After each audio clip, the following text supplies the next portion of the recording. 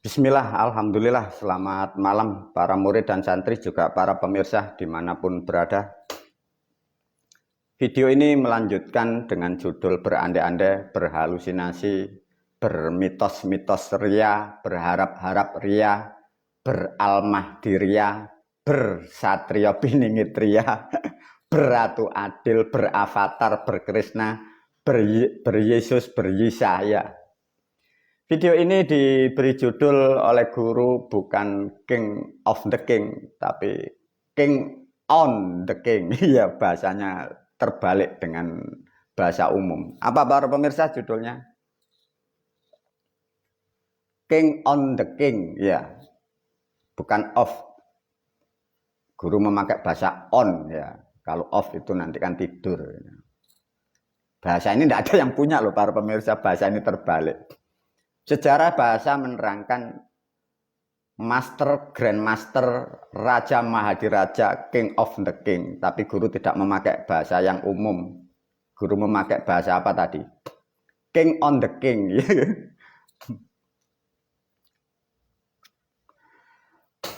Sedikit diulas tentang bahasa para pemirsa. Karena manusia ini kita selalu terobsesi hal-hal yang kayak istimewa, tapi kadang pun manusia tidak ngerti. Kenapa sih king itu diartikan raja? Para pemirsa, pernahkah Anda memahami tentang kata king itu kok diartikan raja?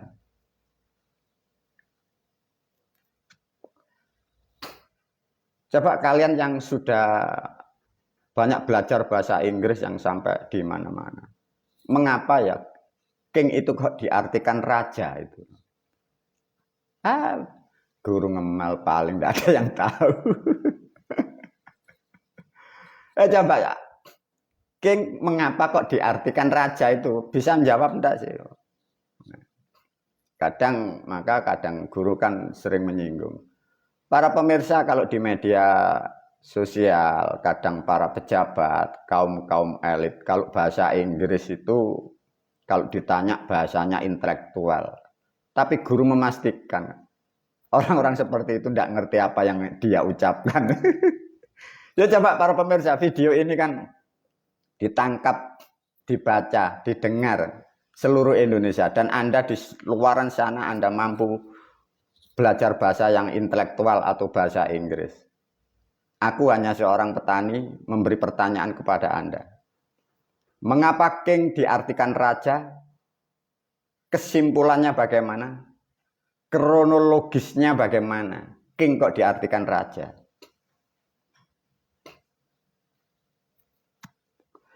Gini para pemirsa diajarkan ya. Maka kembali lagi, bahasa itu menerangkan yang dimaksud. Artinya setiap bahasa itu ada sejarahnya, ada objeknya para pemirsa. Diajarkan. King itu bahasa kunonya, itu bahasa keadaannya. Itu kong. Jadi kong.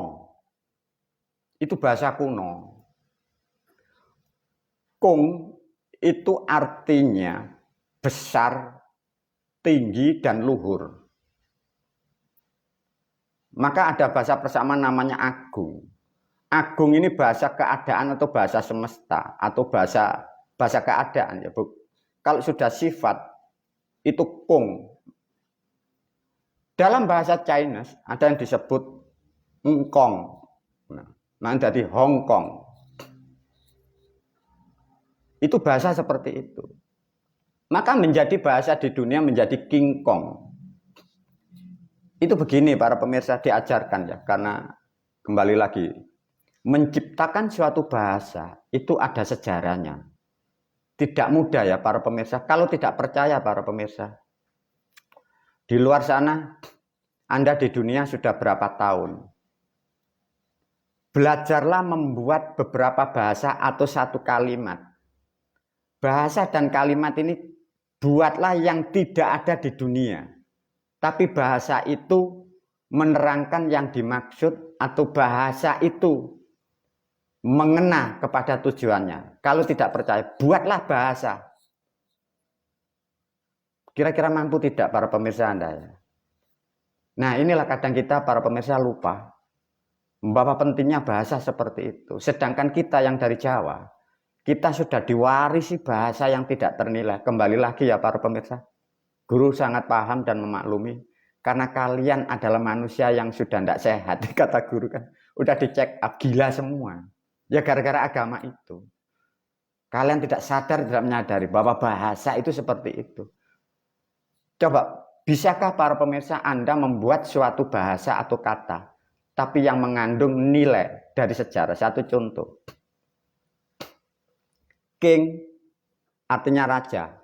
Kong, kung. Simbolnya apa? Kera kan itu. King Kong itu diterangkan sejarah bahasa evolusi para pemirsa. Maka dunia ini evolusi, betul itu.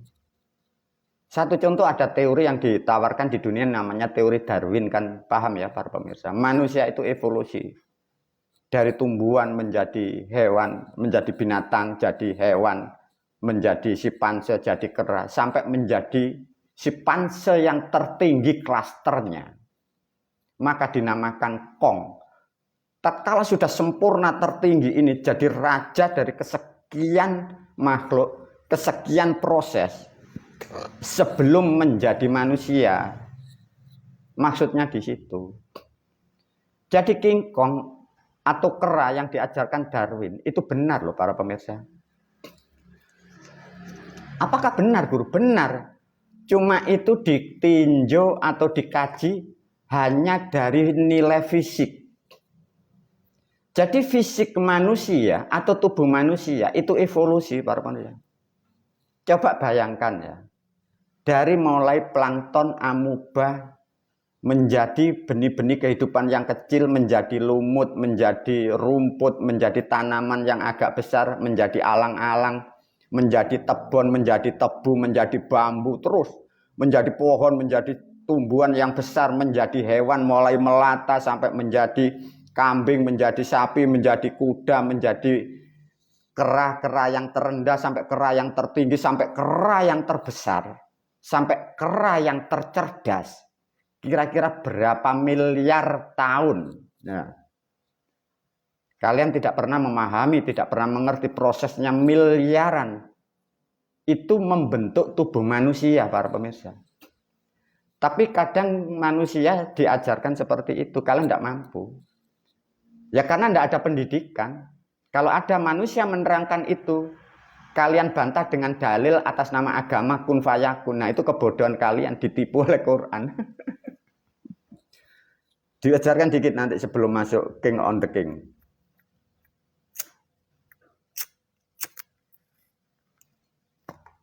Lihatlah diajarkan tentang sejarah, bahasa, dan filsafat keadaan.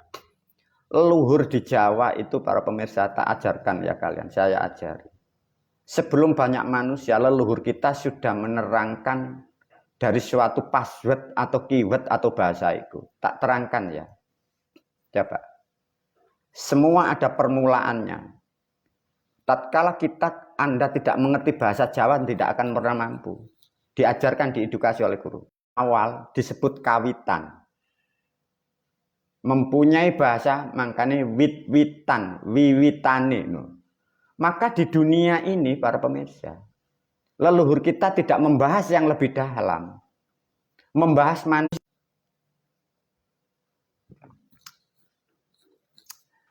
Mohon maaf, ada trouble terlalu dalam. Bismillah.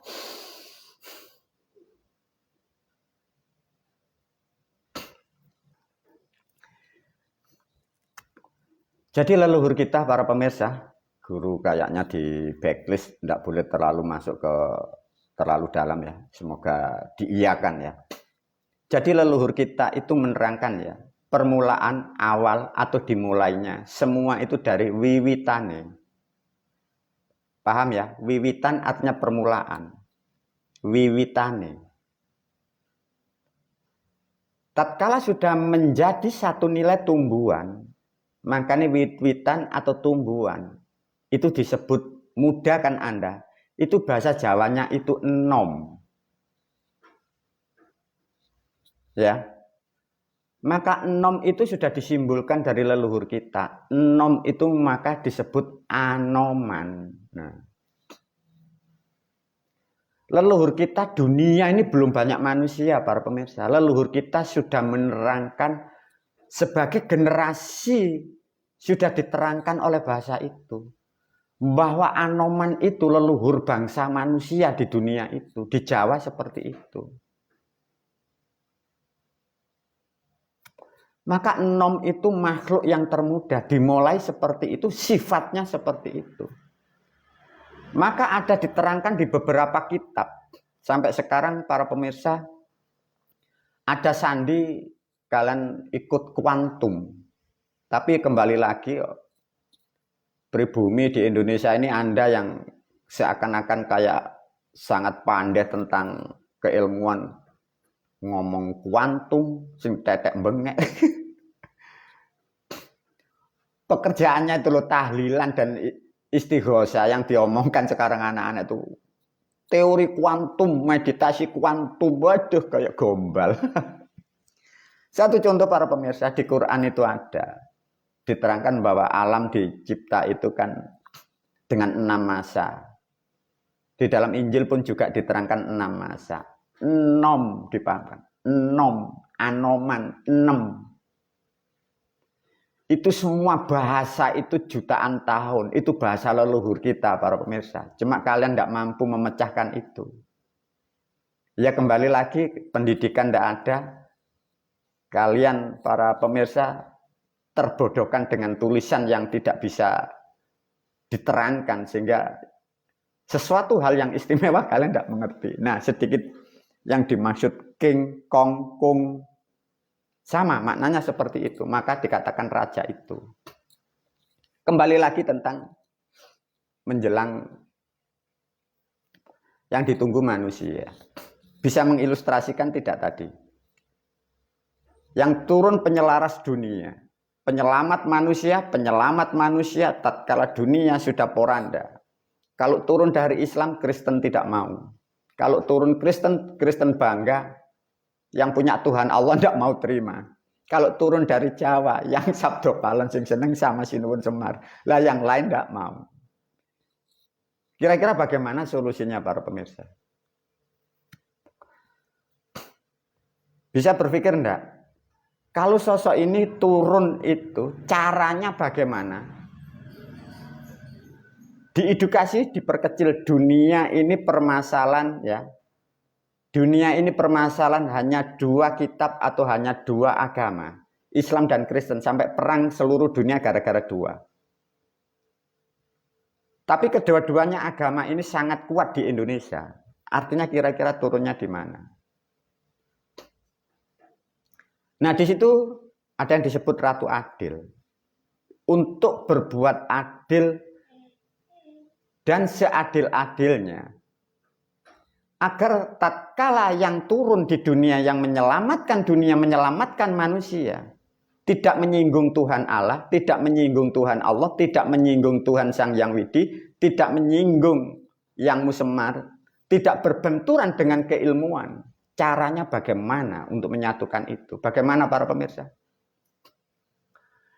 Ataukah sosok yang turun ini nanti berdoa, minta, wahai Tuhan, manusia sadarkan gitu. Langsung kun fayakun sadar semua gitu. Apa kayak gitu? Kalau toh yang turun itu dari Al-Mahdi itu dari Arab, kira-kira doanya kan hanya kepada Allah. Lah terus yang Sang Yang Widi bagaimana? Yang Sabdo Palon. Ayo para pemirsa.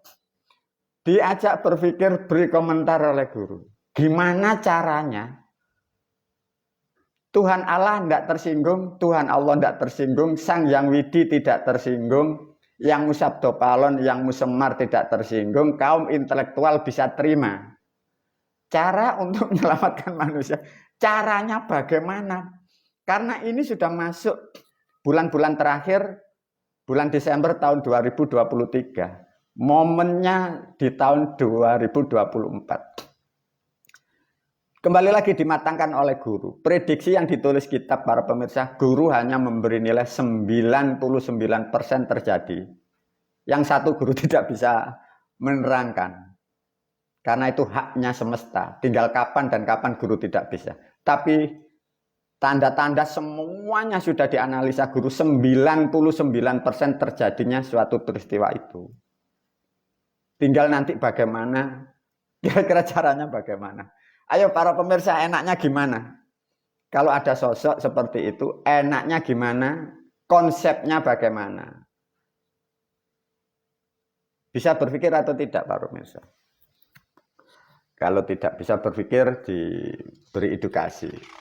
Ini ada sesuatu hal yang sangat sederhana.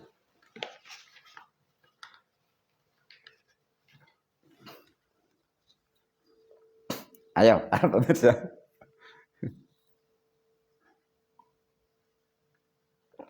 Konsepnya bagaimana guru ya? Kalau toh memang ada manusia yang dinantikan seluruh dunia ya. Seluruh dunia menantikan. Konsepnya bagaimana? Apakah harus menguasai dari kesekian bahasa? Ataukah harus pandai tentang robot? Tidak para pemirsa. Ini dikasih konsep oleh guru.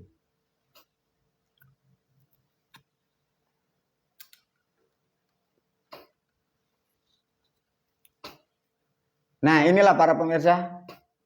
Konsep yang akan menyelaraskan atau yang akan menyatukan dari beberapa Tuhan dan umatnya. Jadi umat seluruh dunia dan beberapa banyak Tuhan itu akan menjadi satu kesatuan dengan yang disebut Sang Maharaja menata dunia itu. Konsepnya mudah para pemirsa seperti ini. Apa itu guru? Nah itulah tadi para murid dan santri. Konsepnya seperti itu. Sederhana. Sederhana.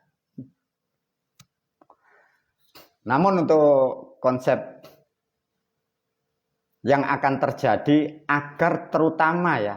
Karena ini guru mengacu kepada substansi ya. Avatar dari Hindu ya. Yesus dari negara lain. Isa juga negara lain. Ada juga dari Quran. Al-Mahdi dari Arab, tapi leluhur kita ada Ratu Adil dan Satrio Piningit dari Jawa. Artinya guru memakai yang standar ini, karena guru menerangkan yang di Jawa. Konsepnya seperti itu, dan semua sudah terurai di video guru, tapi belum diurai, belum dijelas lebih detail. Tapi berilah komentar melalui video guru, dimanapun, di Facebook boleh, kira-kira biar keempat Tuhan itu rukun, tidak tersinggung. Orangnya harus berbahasa apa? Orangnya harus suku apa? Orangnya seperti apa?